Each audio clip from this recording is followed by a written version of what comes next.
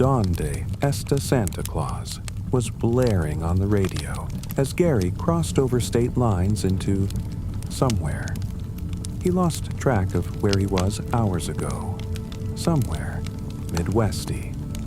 He was driving back east for Christmas. Too cheap to fly, he thought he'd take the opportunity to get to see America. The real America. Turns out, most of the real America was lots of nothing next to lots of scenic nothing. No cars on the highway except him. It was late. Dashboard display said 2:17 a.m. Taking his eyes off the endless stretch of highway, he glanced up at the night sky.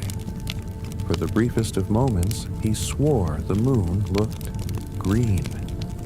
Squinting, he could see it plainly was not. Just a big old circle in the sky made of cheese, like they always said. It's amazing what you think you see after 17 hours on the road. He smeared his open palm down his face, trying to get the sleep out of his eyes by force. The husks of 5-hour energy containers littered the passenger seat. He instinctively reached for another pick-me-up but swore as he remembered he'd sucked dry the last one about 80 miles back. He needed to find somewhere to crash for a few hours. He definitely needed to gas up. Maybe grab some food. The sign he flew by offering everything he was looking for, plus the biggest vacuum in the continental U.S., was just too good an offer to pass up. Pulling into town, he coasted over to the gas station. The prices were ridiculous, but Gary didn't exactly have a wealth of options. They must have gotten greedy from all the tourism the vacuum brought in. He had passed the celebrated home appliance as he made his way into town, green and red lights shining on its little placard. Couldn't have been taller than 6 feet. The 8th wonder of the world. As he stood outside his Honda in the bitter cold, Gary saw the neon glow of a sign promising donuts, burritos, and hot dogs. His stomach rumbled. Between sleep and hunger, it looked like hunger was going to come out on top. He looked around as he rubbed his hands together for warmth. Amidst the shuttered shops and gray buildings that made up the small town, he could see a diner across the street. Whatever they got had to be better than, he assumed, day-old hot dogs. The pump stopped with a loud gulp. He placed it back in its gas-soaked cradle, inserted his card, tossed the receipt and drove the 100 yards over to the diner. He saw a cop car parked out front. A middle-aged policeman appeared to be dozing inside, half-finished Twix bar in hand. Guess the donuts at the gas station weren't up to snuff, Gary thought, as he slammed the car door shut and pushed open the sleek metallic entrance to the diner. The bell above the door jingled brightly, alerting the diner patrons of the new arrival. 5 or 6 other people were scattered throughout, munching on curly fries and slurping milkshakes. Not exactly a happening spot. Gary walked over to the counter and took a seat on one of the round, bright red stools. In moments, he was greeted by a stocky man in a paper chef's hat. It was green. Weren't they always white? Gary was staring at the hat for a few seconds before the man spoke. "What can I get you, pal?"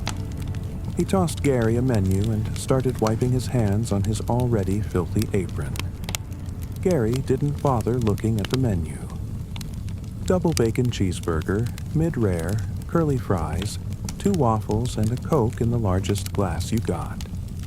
The chef nodded in approval. "You got it, Chief. About 15 minutes." After a few seconds, the chef plopped a football-sized glass in front of Gary, completely shielding himself from view. It was large and plastic. The container itself seemed to shimmy and undulate with the absurd amount of soda and ice cubes floating around inside. Gary shifted the glass slightly so he could see the chef and thank him. "No problem, bud." The chef casually dropped a straw in front of Gary. Gary ripped off the paper sleeve of the straw and dropped it into the glass. It disappeared instantly, vanishing under all those dark bubbles. Leaning over the side of the counter, Gary grabbed a few more straws.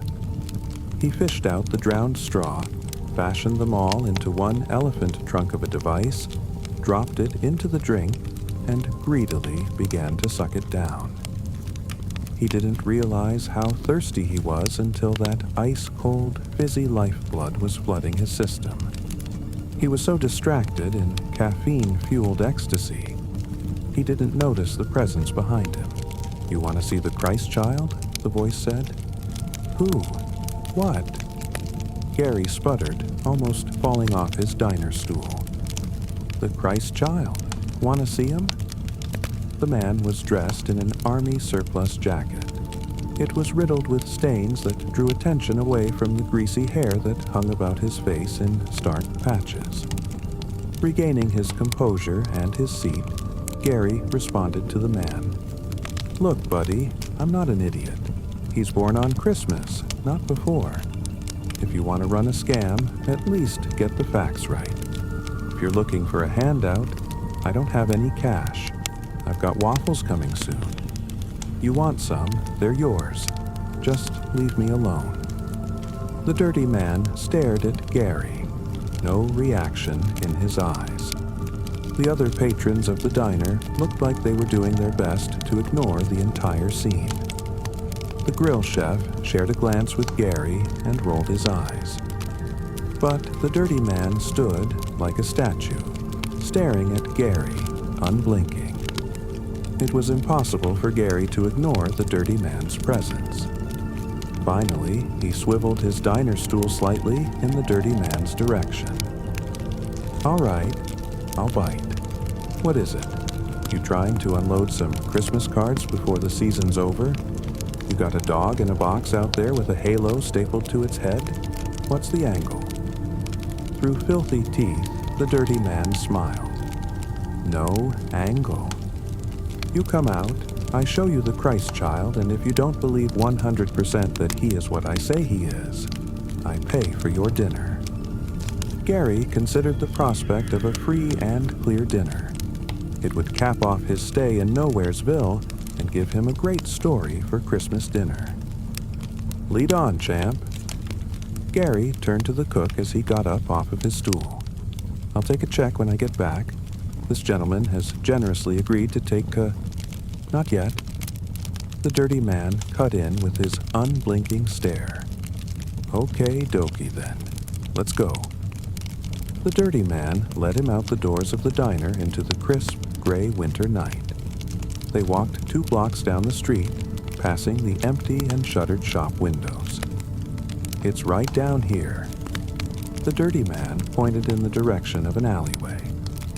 Gary stopped and peered down the filthy, empty passage. Shadows dancing in the trash and discarded pizza boxes.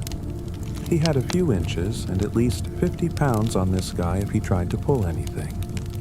He could have a gun or a knife, but he didn't think so. Didn't look like the twitchy type. But he didn't want to be stupid. "Go right ahead, bud. This is a follow-the-leader situation." The dirty man's smile never left his face. "Sure, man." In the dim illumination of the corner streetlight, they navigated the alley. The dirty man led him to a small box at the far side, almost touching the brick dead end.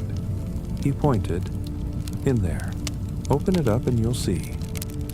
Gary maneuvered around the box, so he had his back to the wall and was facing the dirty man. He looked down at the small, slightly damp-looking cardboard and smiled. Free dinner, and then back on the road. He opened the flaps and looked inside. He stared silently. After a minute or two, he reached in and pulled something out. It was a small shape wrapped in a bundle of torn clothes. Pulling back the cloth covering, it revealed a child. A child with the most striking and beautiful green eyes he'd ever seen. As he held the child, Gary felt like he was plunged into an ocean of calm. Every fear, Every worry he had ever had fled like shadows in the sunlight. With the tears welling in his eyes, he turned to the man who'd extended an invitation to meet his savior. "You know, I never really believed. It just didn't make sense to me. But this," he looked down at the smiling child. "This makes sense." An energized look crossed Gary's face. "Who else can we tell? Everybody has to know about this. Every beau." He was cut off by the large set of jaws that clamped down and tore out his throat. In his pain and panic, he dropped the child, his tiny mouth stained with crimson. Faster than he thought possible, arms reached out to catch the baby. Arms belonging to the dirty man. Sliding down the brick wall of the alley, Gary ripped off his sleeve and stuffed it against the spurting open wound on his neck in a desperate attempt to staunch the bleeding. That's not the Christ child," he choked out, struggling to stay conscious. The dirty man stroked the light tufts of hair on the baby's head as he spoke. "Oh, it's the Christ child, all right." He motioned to the opening of the alleyway. The diner patrons, the grill chef, even the sleeping cop he had passed parked in his patrol car. They were all gathered there, crowding out the light, all staring with their brilliant green eyes. "It's just not your Christ child. It's ours." The dirty man smiled his dead-eyed smile. "And every Christ child needs gifts. Thank you for bringing the first." The last thing Gary ever saw was the dirty man lowering that thing wrapped in swaddling clothes down to his level. It gurgled as its tiny face split apart to make way for endless rows of shiny, red-stained teeth.